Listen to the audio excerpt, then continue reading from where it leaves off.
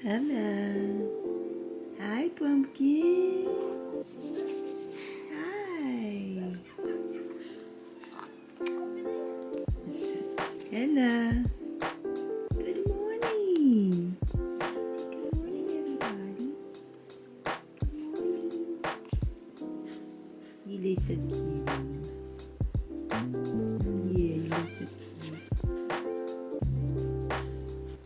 Good morning, you guys. I am so long overdue. It's taking me forever to make this video, and I'm not sure why. No, I am sure why. It's because being a new mom is a lot busier maybe than I thought. I thought it would be so much easier while I'm on maternity leave to be able to make videos for you guys, but this is my first YouTube video since I had Ella in November. So she's 3 months now, so we have a lot to catch up on. So let's get into it.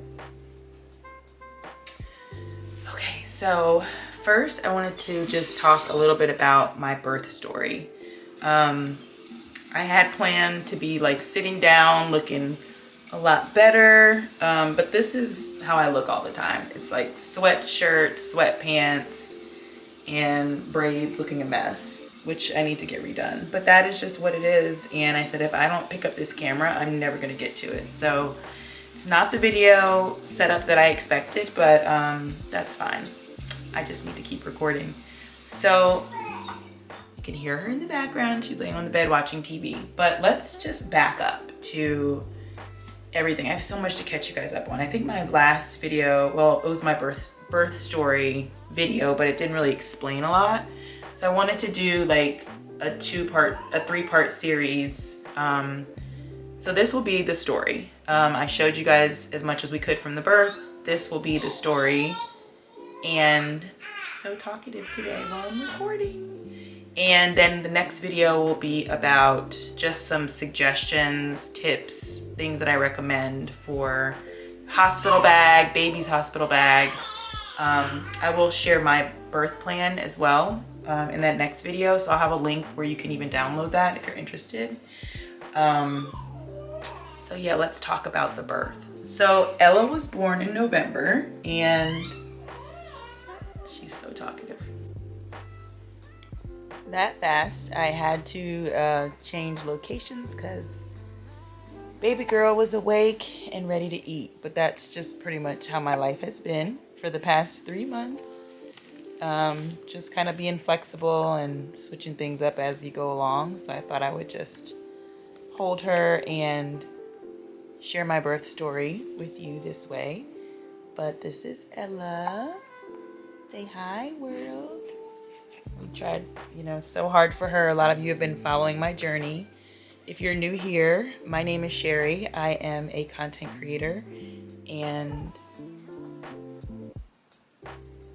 but this is Ella. If you're new here, my name is Sherry. I am a content creator now living in the Atlanta area, and this is Ella. We have been trying for years to be able to get pregnant, and I made a lot of content around our IVF and fertility journey. And now, I guess my content is going to change a little bit because I am a new mom. Ella is 3 months old, and so we are just so happy and blessed to have her. But I did want to share my birth story with you guys. So if you're new and you like this kind of if you're new here and you like this kind of content, please hit the subscribe button and like this video and comment below if you have any questions for me. But yes, I want to get into our birth story. The first video that I shared with you guys was, just kind of like some behind the scenes of our birth, but I didn't get into the details of the actual story. Yeah, do you see yourself? So I wanted to share more details, and I will be making, like I said, a part 3. This is part 2.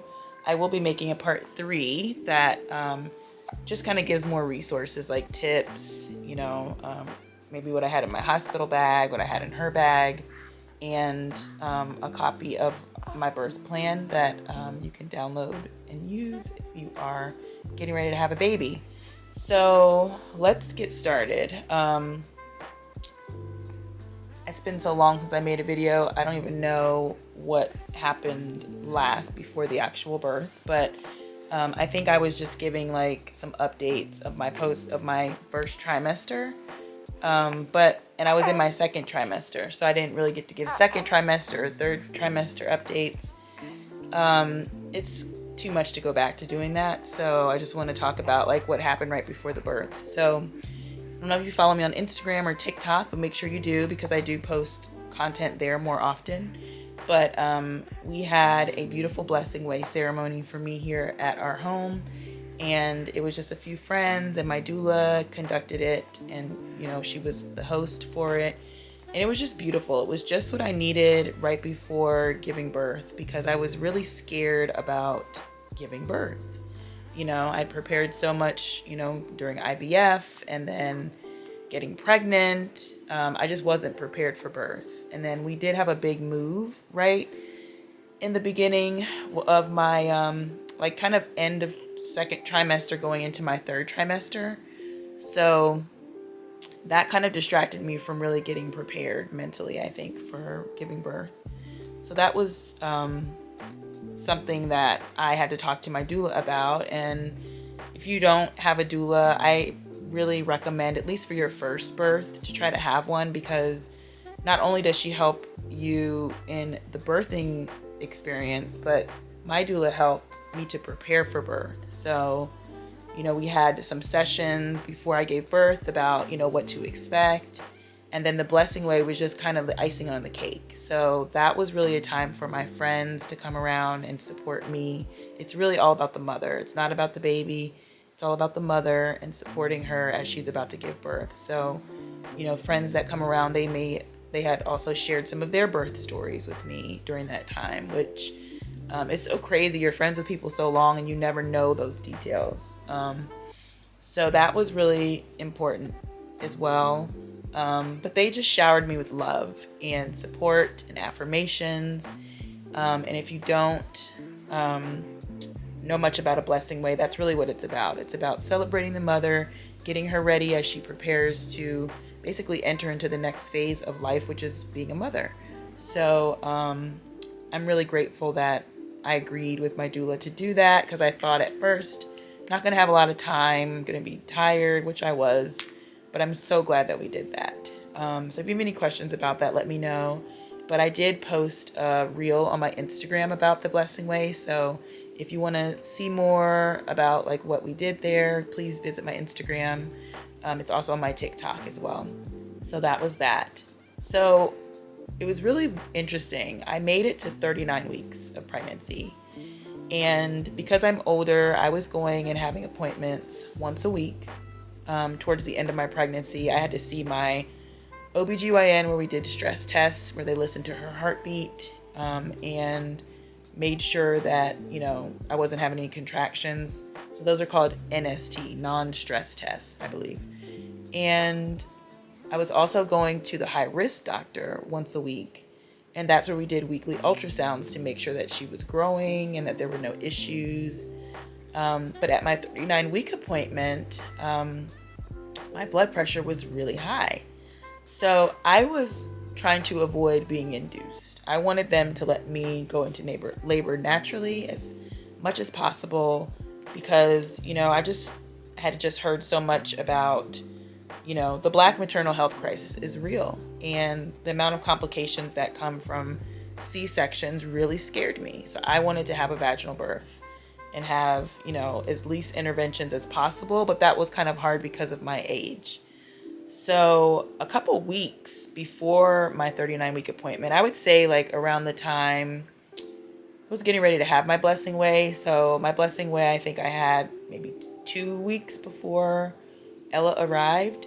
So maybe like a little bit before that, I was starting to feel this weird like pressure in my head. I would feel it like in the back of my head, like right here. And I just didn't know what it was. And since I was going to the doctor every week,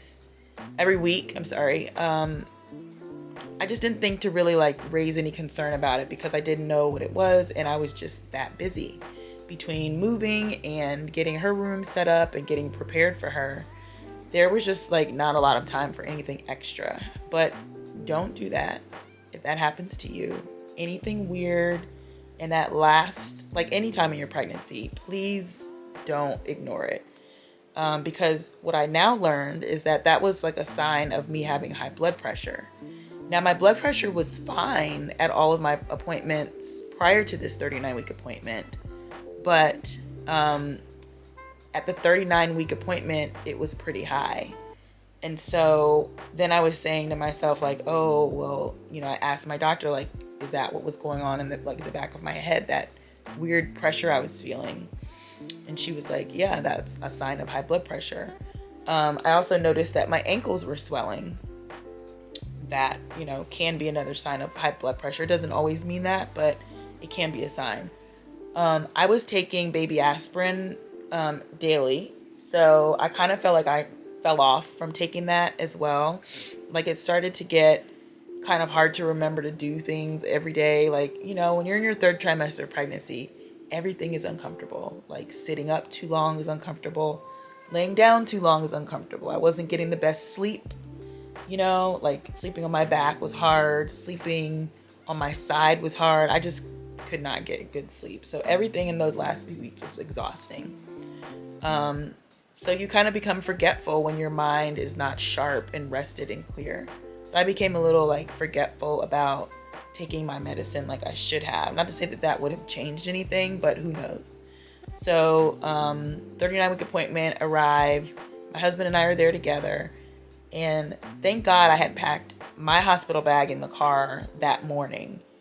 I had been meaning to put it in the car, and I just was always waiting for it to be perfect. So another tip, don't wait till the last minute. Just put it in your car, like starting at, I would say 30 weeks. Just put it in your car. You just never know what can happen.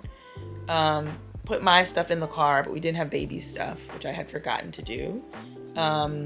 I would say the baby bag is probably the easiest to put in the car first because you don't need a lot of stuff. You're going to get most everything you need at the hospital, but those little outfits and everything, like as soon as you can order those and get those in and get everything packed for baby, just put that in your car as soon as possible. 39-week appointment, we show up, we, you know, go in there thinking like, you know, they wanted to induce me, like they had kept talking about inducing me earlier in my pregnancy, like, hey, we want to start talking about induction around 38 weeks. And I was very against that because I wanted to labor naturally. And I just never would really like, we never scheduled a date. So they were like, okay, well, we'll see how things are going at your next like appointment or two. But then we need to schedule it. Because they say that the risk of stillbirth goes up higher the longer you wait. And I was like, you know, I'm fine with inducing if it's medically necessary. But if there's no reason to induce me, like I'm fine, baby's fine, I don't want to be induced unnecessarily. I also didn't want to go past her due date. So, you know, within that 39th week, cool, fine. So I go to the doctor, my blood pressure is high. It's probably like in the 160s at that point. 160 over like, I don't know, 110 or something like that. But my doctor was like, oh, okay, so you're going straight to the hospital after this. I'm going to write you up the order and you guys are going to be having a baby soon. So she talked to us about, you know, that it could be a slow process. It could be a couple of days before, you know, Ella's actually here, but to go and get ready because we're going to have a baby. And so my mind was like, wait, what? I'm having a baby. It's like I'm going to the hospital like right now. So wasn't ready for that. Realized that we didn't have Talashi's bag in the car. We just had my bag, but there were things that I was missing. Blue. Stop. There are things that I was missing in my bag. Just kind of going into blue. Stop. Blue.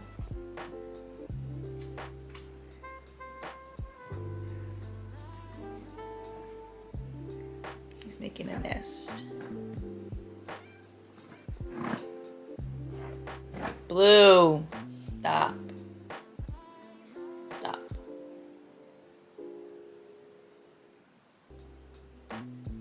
Okay, so going into semi-panic mode because I didn't have everything ready, and just wasn't ready for that.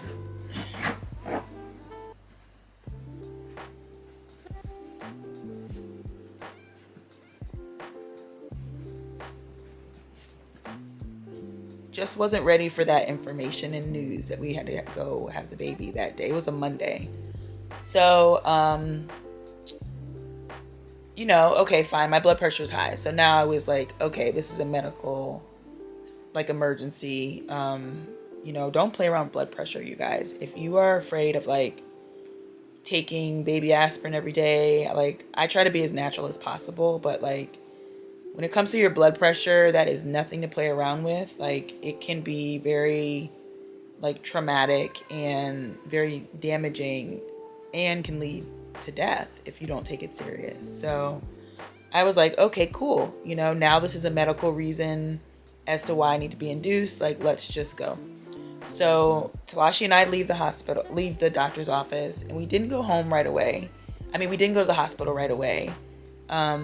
I just knew that there might be a lot of waiting involved in terms of getting in the room and, this process of waiting for her to come.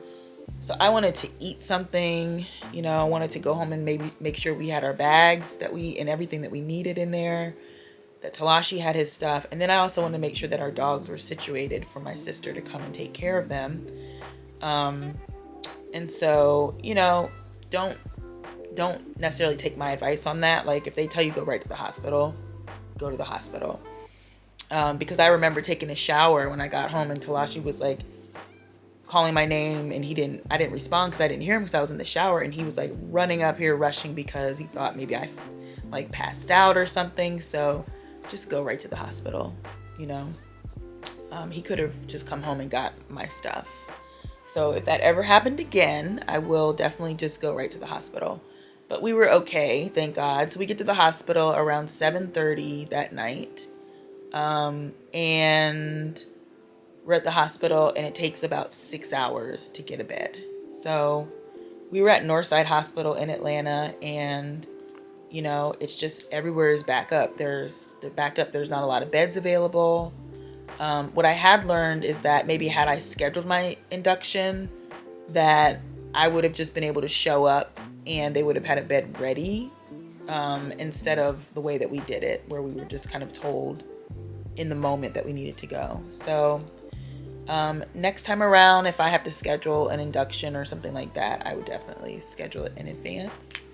So we get there, we didn't get into our room until about 2:30 a.m. that night. And, I was exhausted. I was really frustrated because we didn't have a bed there. I was uncomfortable just sitting up in the waiting room.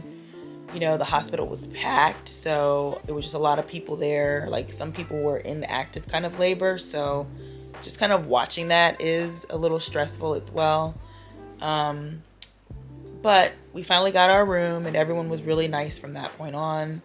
They got my IV and me going, and we ordered some more food because I was starving by that point. But Talashi didn't want to leave the hospital, and I was like, I want to go. I'm hungry. I was hangry, so it's probably not the funnest person to be around during that time. Pregnant, hungry, mama ready to eat, So we get to our room, and it's 5 a.m. We order some food, and they start the induction medication at 5 a.m.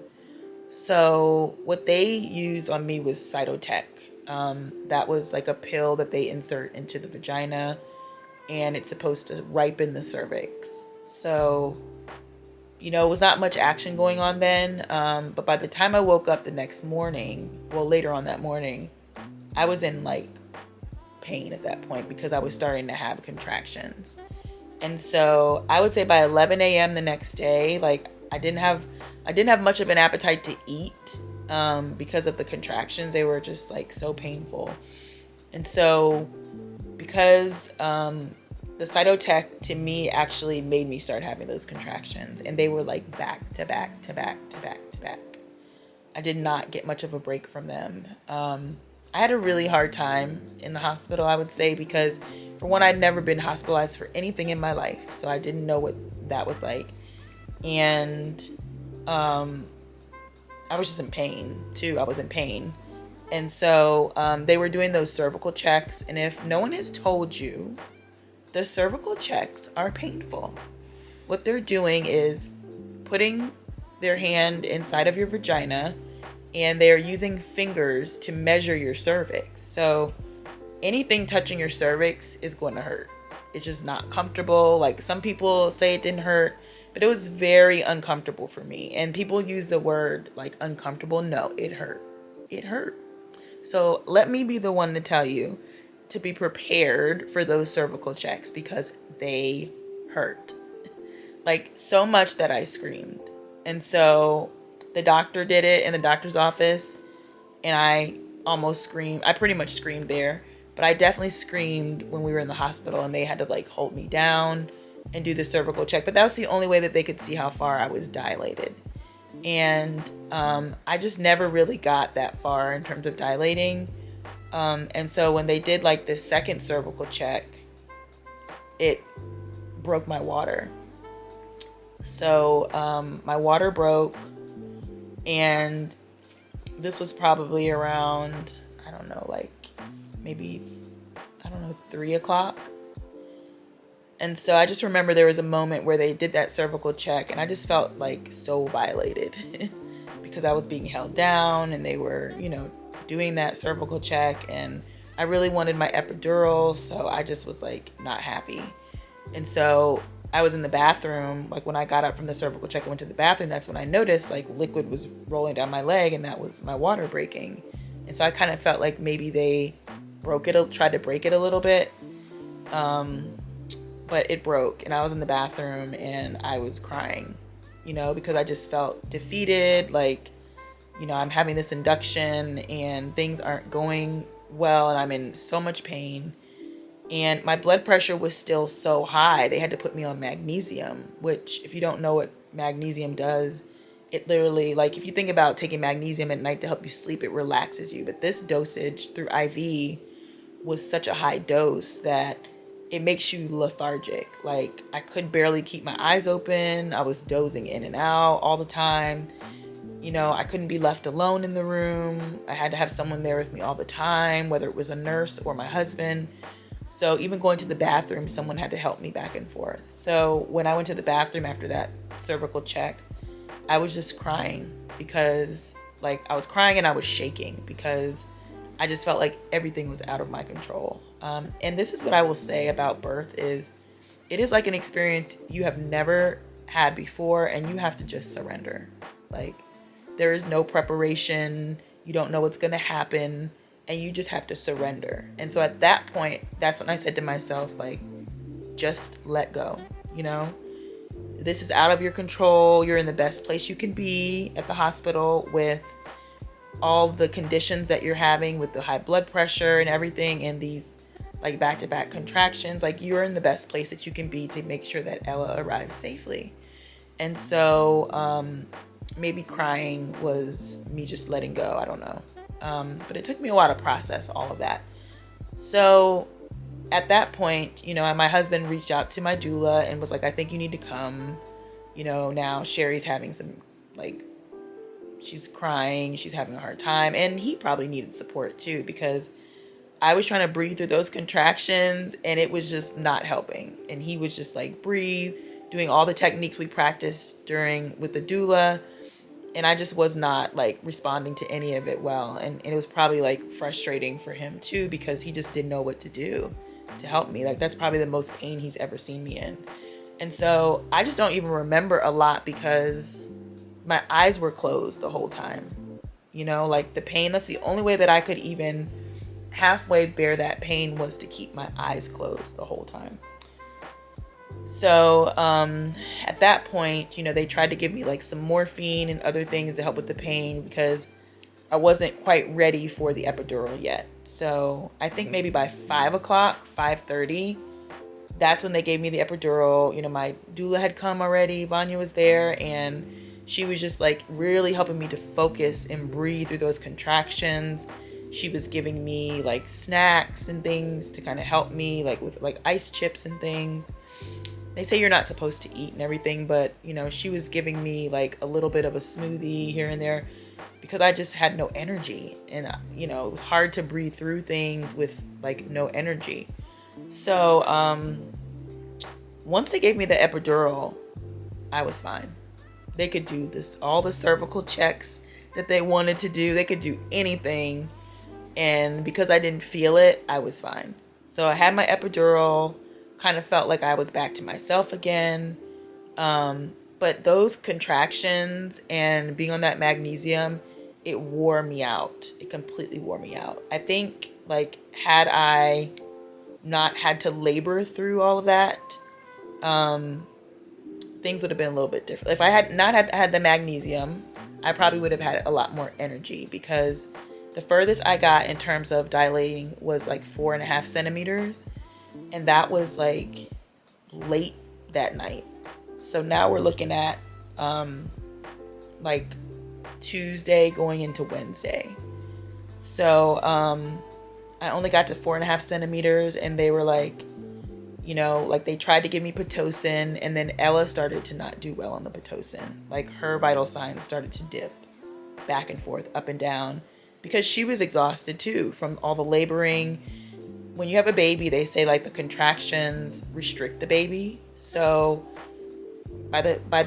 because I was having back-to-back contractions, like she wasn't getting a break either in between them, and neither was I. So we were both exhausted. Like my blood pressure was going up and down, and her heart rate was dropping up and down, up and down. And so when they were giving me that Pitocin, they were like, we have to stop the Pitocin because now we're concerned about her. My water had already broken. So now we're looking at like 24 hours. You know, they don't want you to go past like 24 hours after your water breaks, because you can start to introduce infection. So they didn't want that. So it was like 4 a.m, and they were starting to talk to me about C-section, and I did not want it.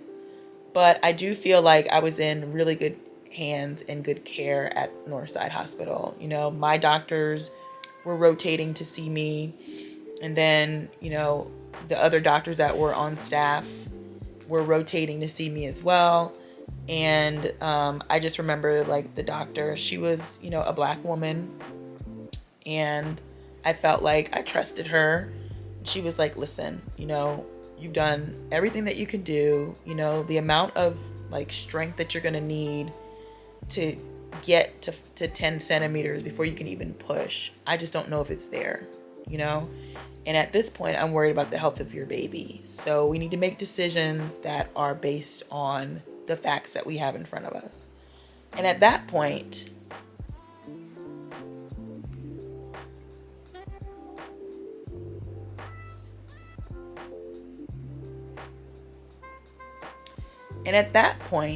I was just exhausted. You know, like the amount of strength that would have taken me to go further, you know, and push her out. I mean, Talashi would have probably had to get in the bed with me and hold my legs back to help me get her out. But I was just worried about my baby at that point. And as hard as we worked to have her, I was like, you know, I'm not going to let pride or stubbornness or anything or fear get in the way of me getting her here safely. So, you know, I asked everyone to leave the room except for Talashi and my doula. And we talked through all the, you know, pros and cons of everything. And we decided that, you know, the best decision was to go ahead and have a C-section.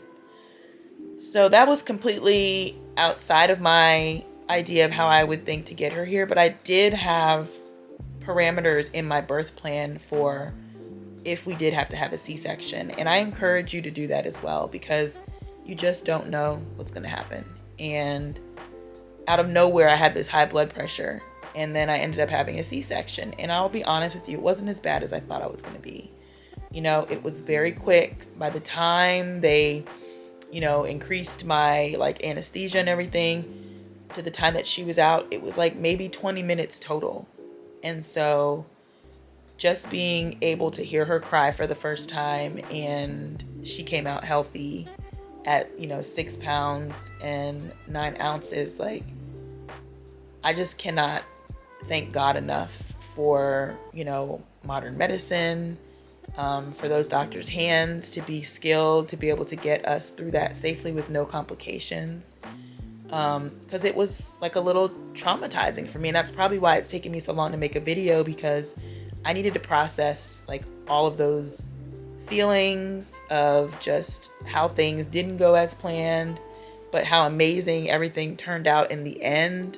It's just a lot. And then with like hormones, postpartum and everything, I just really wanted to be in a good place with how Ella got here, before I came and talked to you guys about it, because it's been a whirlwind of emotions and feelings, and but overall it's been a great experience. I have not had a lot of like postpartum depression or anything.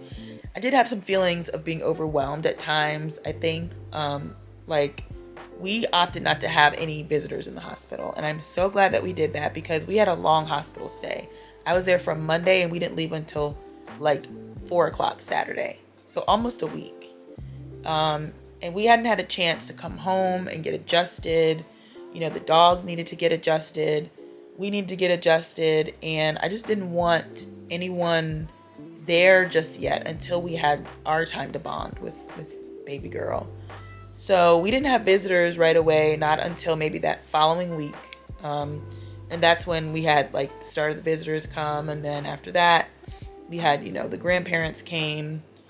And so there were some times, like when the grandparents were here, where I was feeling a little overwhelmed, because it just felt like no one was saying, hey, you're doing a great job. Everyone was critiquing and criticizing every little thing that was being done, And I think that's just the nature of grandparents. That's just what they do. They act like you know nothing about anything, and you kind of don't know anything, but it's kind of cool to be figuring it out. I did a lot of research before I had Ella, so there were things in terms of like sleep training and routines that I knew that I wanted to implement already, and I wanted to get that going before grandparents were around. And then also breastfeeding, like that first week is really important for breastfeeding. And you have to understand, when visitors are there, they want to hold the baby. And so you need to have your baby literally on you all the time. And when it comes to establishing your milk supply and all of that, like, you really have to work hard between pumping and nursing all the time. And literally your boobs might just be out all the time. And so having people there can deter you from feeling comfortable to do that, People asking little questions about the way you're feeding your baby. Is the baby getting enough? Like, that is all added stress. So it's really helpful. It was helpful for me to not have anyone there kind of that first week, so that I could establish my milk supply and everything. Because another thing with the C-section is it can take longer for your milk to come in when you have a C-section, because your body releases some hormones that tell your body that you're not pregnant anymore after your placenta is delivered when you have a vaginal birth. Well, I didn't get that surge of hormones because I had a C-section. So it took probably about like maybe 4 to 5 days for my milk to really come in. Now, I was pumping in the hospital even though I wasn't getting anything, and that can be defeating. But I encourage you to see all of the resources that they ask you. Do you want to see? They asked me, did I want to see the lactation consultant? Absolutely. I saw the lactation consultant probably twice while I was there. I had my breast pump. I brought it, but I ended up using their pump, which, was a hospital grade pump. And mine is pretty good. I have the Spectra, which I love. But those lactation consultants, they were just emotionally encouraging of me. And they're like, even though you're not getting milk right now, keep pumping, because it's telling your body to make milk for your baby. And they really encouraged me to always like protect my milk supply. So that meant not letting everyone hold her all the time. Like if we were having visitors right away, that the fact that she needed to be with me most of the time, they gave me that encouragement and support. And we took a breastfeeding class in the while I was pregnant, and I encourage you to do that as well. We did it through Aeroflow breast pumps. But that was helpful. The lactation consultant was helpful because you kind of forget everything you learned while you're pregnant once you have your baby. So you need to talk to the lactation consultants there. And then we even saw the lactation consultants here, like outside of the hospital that I had found, prior to having her. So I had my resources in line, and that is really what helped me, I think, to not get postpartum depression, was making sure that I had all the support lined up that I needed. I had my, therapist appointments lined up already, maybe a week or two after I gave birth, because I knew that I might need a safe space to vent and to just talk through my feelings, talk about my birth. That helped a lot for me to be able to process that in a healthy way. And so I would say that having like the resources and the help lined up really, really did help me. The only thing I would do differently maybe the next time would be I might get even a postpartum doula during that time, that week, before we allow visitors to come, because having someone to help with the baby, like around the house, that is going to listen to you and do things the way that you want them to be done is very important. Family does not always do that. They do not show up in the way that you maybe want them to show up. It's not that they mean any harm. It's just that they're only doing what they know best how to do, or they're doing what they did, however long ago they had a baby. But having someone to come and like help you with household chores, wash bottles, literally to wait on you hand and foot and not be trying to take the baby from you, is what you need. Now, like the postpartum doulas sometimes will help like with the night times, and that's awesome, so that you can get sleep, especially after like healing from a C-section. You just can't use your core like that right away. And that took a little while for me to kind of get back adjusted too. So next time I think we would hire a postpartum doula to help for the first week. Also to relieve my husband, like, he was having to like walk the dogs twice a day and, make meals and all of those things. And, when family was here, they did do a good job of making meals and stuff for us. So that was really helpful. But you need someone there that is going to help you do things around your household the way you want to do them. So whether that's like washing the dishes, in a certain way that you want them to wash the dishes, just someone that is not going to like challenge the way that you want things done. And sometimes you have to pay for that. So I would definitely get a postpartum doula the next time to help us out. And if you have other kids in the home, they'll help like with small tasks with like the younger kids, not the younger kids, like the older kids, if you need that. One thing I would also do differently is kind of maybe to plan out meal prep a little bit differently. So, maybe having like some soups and stews made in advance and frozen. I'm not good at asking for help, so I didn't really feel comfortable asking friends to put like a meal train together or something. But also, like people nowadays are really picky about like what they eat. So it's kind of hard to do that. But that's a good idea. Also is having a plan for meals for that like first, I would say like month, whether that is like a meal prep service or your friends kind of show up and bring meals. And then I would say like, when we had visitors come by, like they would bring food. And that was the kind of visitor that you would want to have, is someone that is going to like not come just to hold the baby, but to bring food. So overall, my birth experience was not what I expected, but it's a beautiful story regardless. And I'm really grateful to my doctors for, just saving my life basically, because my blood pressure, I think at the highest was like 180. And that's really high, really, really high. That's like, you could have a stroke when it's high like that. So I always say that they saved my life. They saved my life. And, Talashi always said his goal was to leave the hospital with 3 people, not 2 and not 1. So making sure that me and baby were safe and happy and alive, and that there weren't any complications that would change that. So that is exactly what we got. And so for that, I would say that my birth was successful.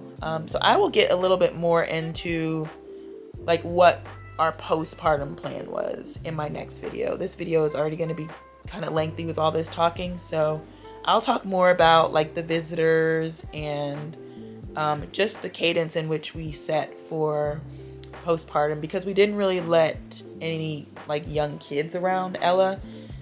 She still hasn't really been around any young kids like that. And that's because, we had her during RSV, cold and flu, and COVID season.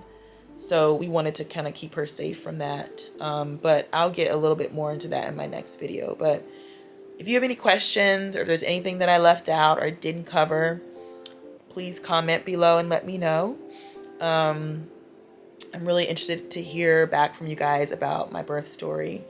I do have so much to share with you guys, so please hang in there with me. I will probably be releasing a lot of mommy content now, so I know a lot of you are here and found me through IVF, but like, stick around, because I will say, for me, when I was about to start IVF, I like to follow everyone's journey from IVF to now they're parents, and what are you doing as a new mom? So it just always gave me hope and motivated me. So I hope that, me continuing to share my story through like Ella's birth, and now my content being a lot more mommy content related, that you'll stick around and just enjoy this ride with us. But she's been a dream, like, she's, pretty much sleeping through the night now, and she did that, like probably like at about 2 months or so. And so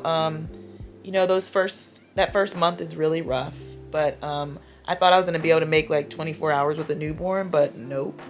How am I gonna pull this camera out while I'm like up at night? But I will do like some day in the life videos with with an infant, because she's still considered an infant. So I will make some of those videos for you guys, just to see like what we do day to day. I'm still on maternity leave, so I have more time to make content. But I really just appreciate all of you for all of your kind words and love and support and comments through every step of our journey. It feels like a dream sometimes still, when I'm just like now holding her while she's taking a nap, just to be able to have my baby here. I really attribute that to a lot of the encouragement and support that you guys gave. So thank you for that, and I hope you enjoyed my birth story. And if you have any questions, like I said, just let me know. Make sure that you are following me on TikTok as well, because I have been posting a lot more content on TikTok. So I am, just the same handle at I am Sherry Yvette on TikTok and on Instagram. Follow me there as well. So thank you, and I will be back with part 3 very soon. Bye.